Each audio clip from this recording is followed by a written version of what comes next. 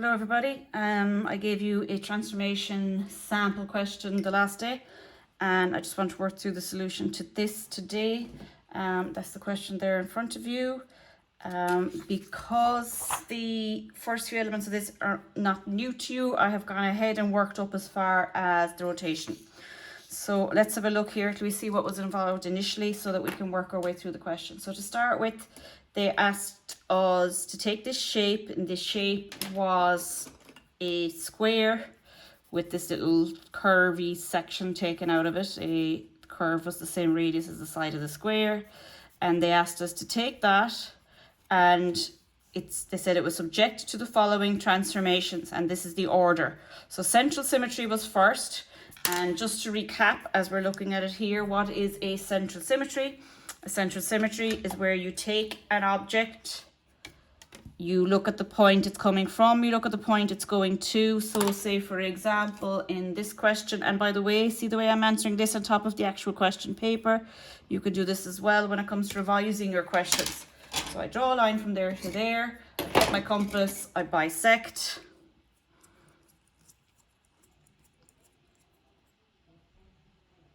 And when I bisect the line, because it's a central symmetry, what am I looking for? I'm looking for a central point, and a central point is joining those two arcs, and that gives me the central symmetry point. Okay, so I have gone ahead in my question, I've already done that. There's the point there on the question. Then what happened was each point went through the central symmetry point out the other side by the same amount, by the same distance. So for example, if I take number 3 there as an example, initially I would have set my compass to central symmetry point as far as point 3, turn the compass over, and it's the same distance at that side.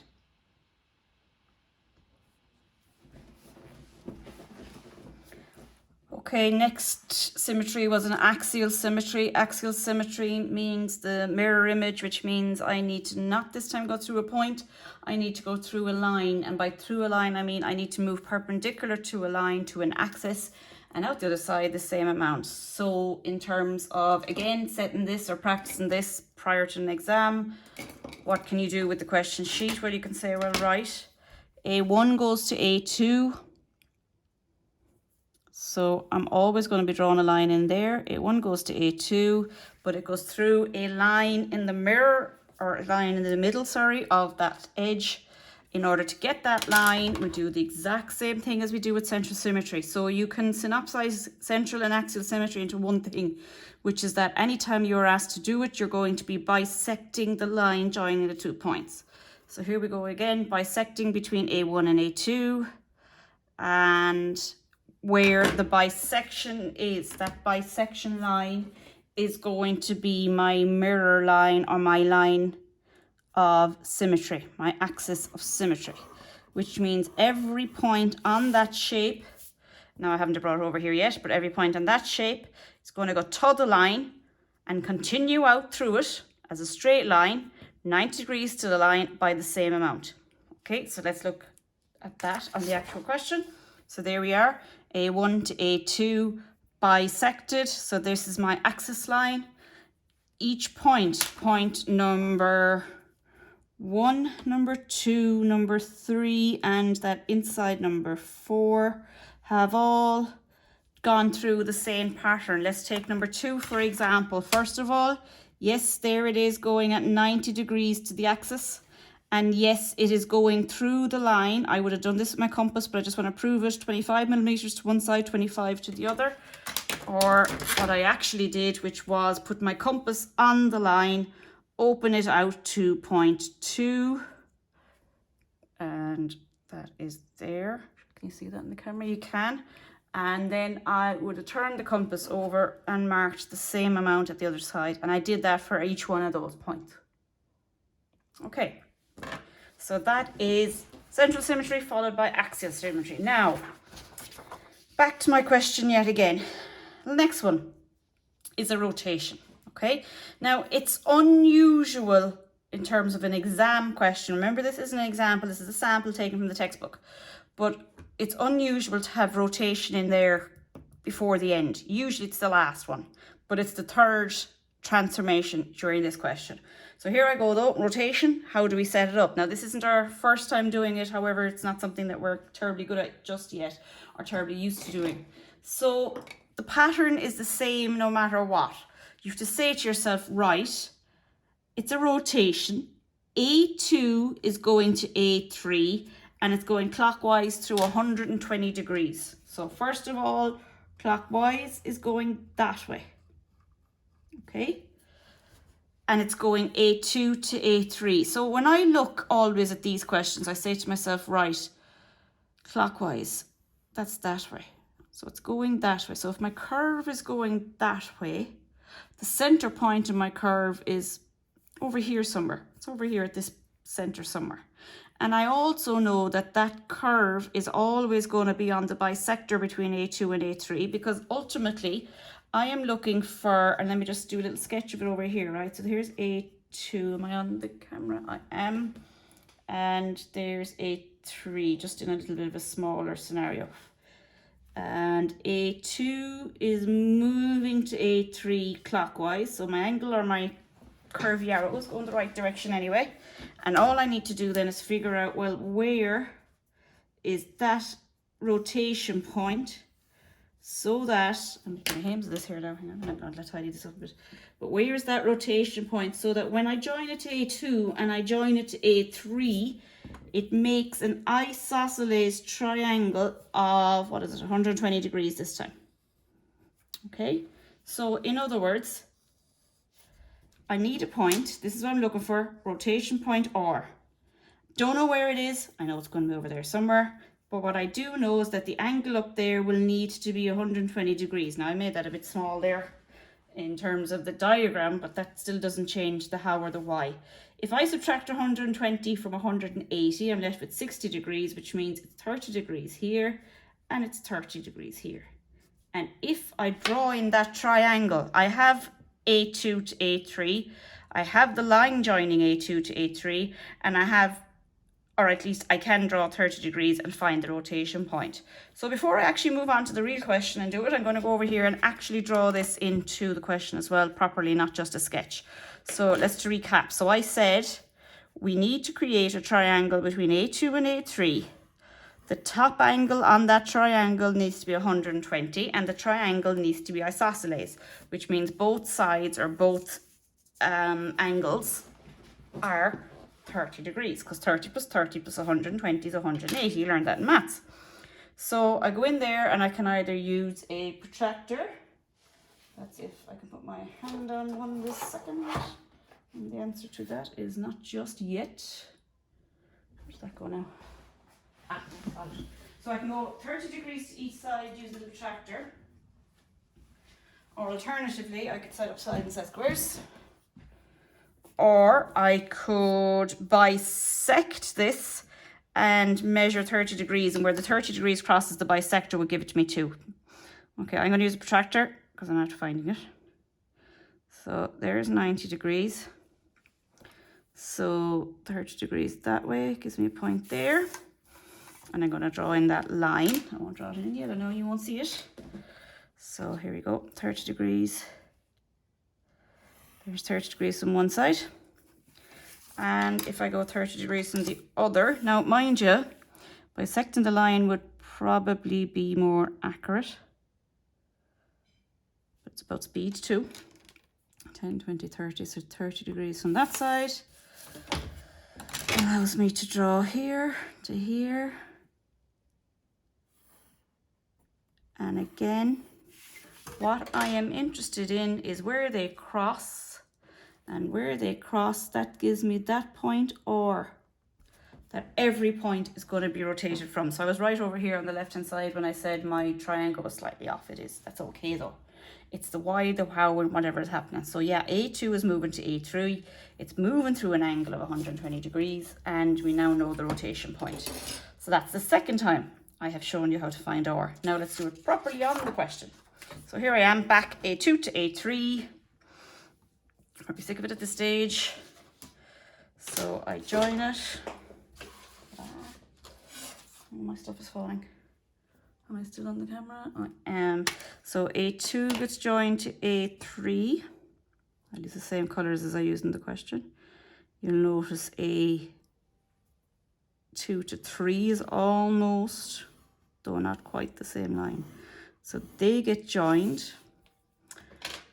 I'm going to actually bisect this one just to show you the other method, and the fact that it's slightly more accurate as well. There's no harm to go through it.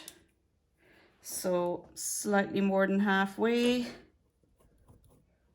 Bisect and bisect. Now I'm using a very heavy HB pencil on these drawings because I want them to be visible on the camera. However, I can see that as I slide my set square over and back across the sheet, it's getting a little messy. Okay, there's the bisector. So now what I'm going to do is measure 30 degrees, so still protractor, 30 degrees. Now, I'm setting up the 90-degree line of the protractor just because it's, I suppose, easier to see. But whatever way you measure 30 degrees is fine. And 10, 20, 30. You can probably hear the Ave Maria there from the church bells next door. It's 6 o'clock, in case you're wondering, Angels. Which also means it's probably time for the dinner. That explains why I'm hungry. Okay, so there is my rotation point. There is my isosceles triangle. And I have done the, I won't say the hardest bit in this, but the most awkward. But I know now that I have 120 degrees there. Always check that. Don't just assume that you got your maths right. Remember what I said before, as much as possible in TG, we don't need to do maths, so to speak. You shouldn't be adding and subtracting. Yeah, that's right, 120, there it is. But sometimes it's easier to and just go back and make sure you're right. Let's just go back and check it. So A2 is moving to A3. Let's just prove that now. So what actually happens on the compass, there's the rotation point. There's A2. Let me just set that right. I find it hard to set while keeping my hands away from the camera. Oops, wrong way. Okay, so what happens to A2? It rotates from the rotation point R as far as A3, and it rotates through an angle of 120. Now, we have to do that with each of the other points. So, now, the trick I gave you the last day with this was I said to you, do each one in a different colour. Okay, so if I take point number 1 there, what happens to number 1? Step 1 is join it to the rotation point. So that's 1/2 of my angle, one side of that isosceles triangle. In reality, we end up drawing the isosceles triangle for each point. We just don't draw the whole triangle. What happens then? That rotates. So I rotate it by putting my compass down, opening it out to point 1. And there's point 1, rotating away, happy out, right? Now, how much of that do I need? I now need to measure 120 degrees. Now, with every other transformation, you've measured with your compass. Every one of them. Axial, central, even translation that we're going to do next, you measure with your compass. For rotation, the rule of thumb is that you're going to measure with your protractor. So that means for each rotation, I'll be putting my protractor down there on 0, on the line of the first angle. So it's center out to number 1, and I'm going to count up to 120 degrees. There's 80, 90, 100, 110, 120, gives me a dot over here. And I'm going to draw in the other side of that angle. There it is. And the bit of it I'm interested in is this bit. This is my new point 1 now. Can you see it there? green to green, 1, 2, 1, right up there. Okay, so that's one complete. So green to green is 120 degrees. Pink to pink is 120 degrees. New color, we'll go with, what haven't I used yet? Orange. So orange to number 3, go with now. So again, oopsie daisies, that's not very tidy now of me. Rotation point to number 3. Please ignore that messy line. Oh, look at it. What happens then? I rotate it with the compass. Remember, you're not measuring with the compass. You're moving it with the compass. That's all. The measurement happens. And I suppose measurement isn't the right word because it's an angle you're marking. But it happens with the protractor. So there's my rotation. I'm going to be going again to 120 degrees. So path of rotation. And they're all going the right way. They're all going anti-clockwise. I put the protractor now on the orange line, on that line that I just marked. I've just remembered why I don't particularly like this protractor. It's missing a line, see? Hard to see. Anyway, so 120 degrees, 0, 10, 20, up to 90, 100, 110, 120 gives me a dot here. Am I even on the camera? I am, just about. So my next orange line is from there to rotation. There it is. And which bit of it do I need? I need this bit. Okay. And it's orange to orange. It's 120 degrees. Green to green. I'm going to heavy them in even though it's going to make it look messy. And would I be doing this inside an exam? Probably not. But I want you to understand it because this is the bit that kids struggle with. Don't know why. I suppose I can kind of understand it. So orange to orange. Can you see that there? That's 120 again. And this is point, what did we say it was? 3.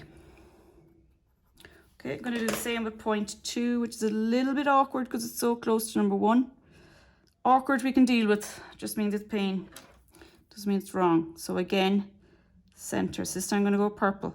Center to 2. This is only a teeny tiny little rotation now this time. Rotate.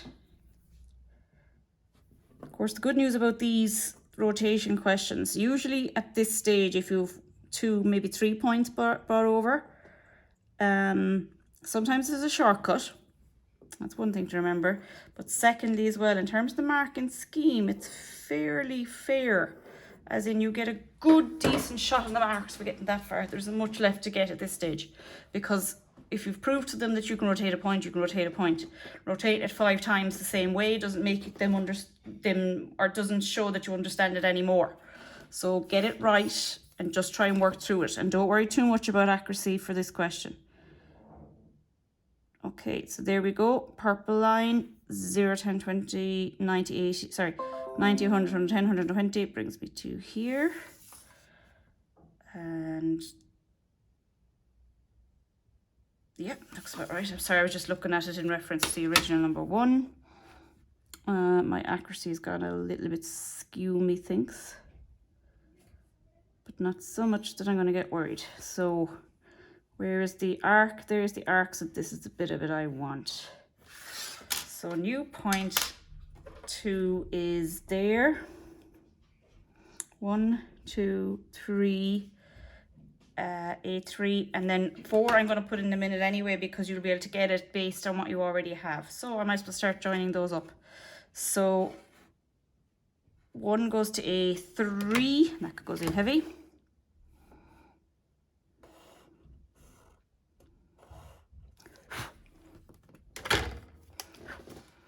A3 goes to 3 itself.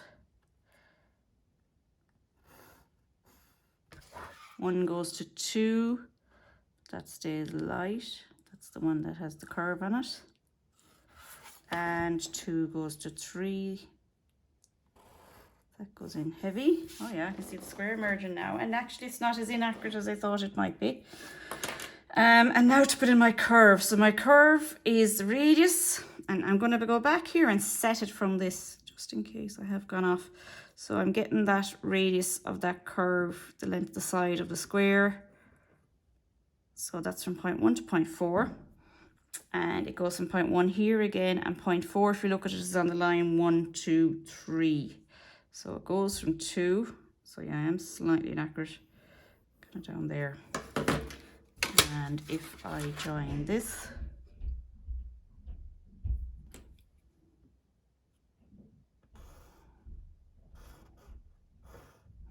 that's beginning to look better.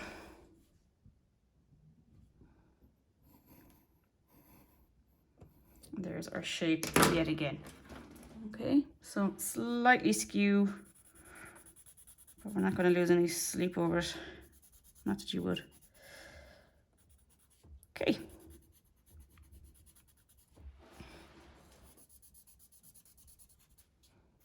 You can see there with the pencils, the when I colour over a pencil that's quite light, it smudges the light pencil. Anyway, it's more important that you're able to see it. Right, we're nearly done. The last one, let's go back and see what they asked us.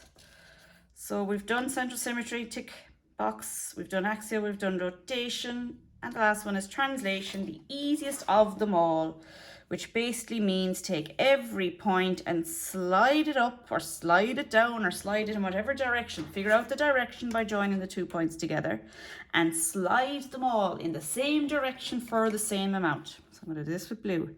So in order to find out the distance and direction, I join A3 to A4. That is both my distance and my direction, because they're all going up this way.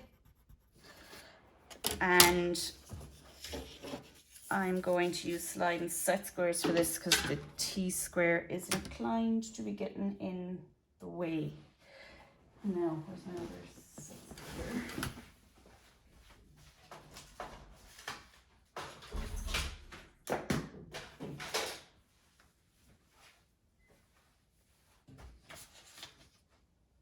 Okay, I can't find it. We'll use this one.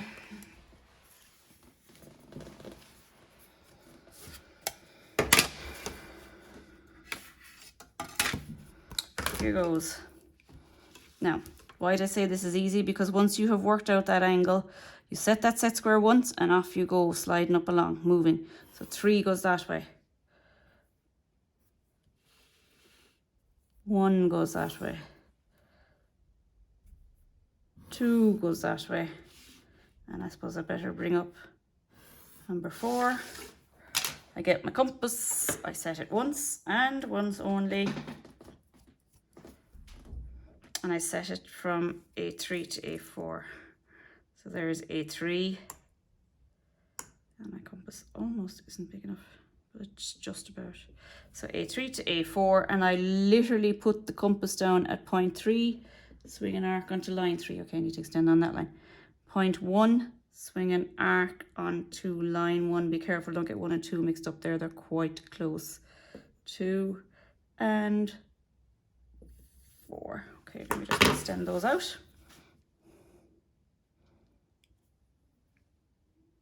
So there it is. So that is A3 to 3, A4 to 3, or to 3, A4 to 1, 1 to 2, which I need to extend a little bit. 1 to 2. Lovely. 2 down to 3. I shouldn't have heavied in 1 to 2, actually, sure I shouldn't have. Just remember that now. Here, I'll get dropped out.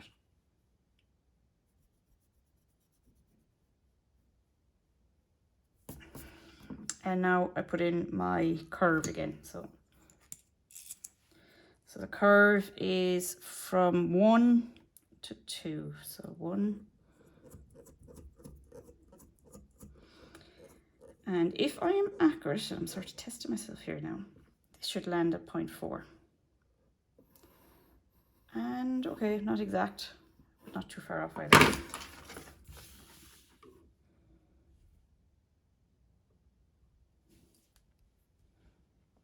not too far off at all. So we have 1, 3, 4, 2. And what I love about translation is you know you're right when it's going the exact same way. There we go. Lost a bit of accuracy along the way. Shape looks a little bit thinner than it was when it started off. Might have been doing a bit of exercise, I don't know. But there we go. So what was different about that? We had central symmetry first. Just keep in mind that all transformation geometry questions for higher level will mix these about. So it could be central first, it could be axis first, it could be translation first. So we've central symmetry first, then we had axis symmetry, so that's the mirror image. Then we had the rotation through 120 degrees for each point, having found point or the rotation point. There it is. I should have highlighted it. And then translation. Now, the only one thing I would say that is unusual about this one is that usually there's more curves involved. And also usually, or at least traditionally in your exam paper, and I can't see a change in this year either, but of course it could, but usually the rotation is last, which gives you a better chance to build up marks before you get to, you build up marks doing the 3 easy bits before you get to the rotation. All right, I want you to try that yourselves. Pause the video as you go through it at any stage to help you to draw it. You should be able to draw it the same way as you would draw along in class. All right, lads. Thank you very much for watching and for listening. I'll talk to you again. Bye bye.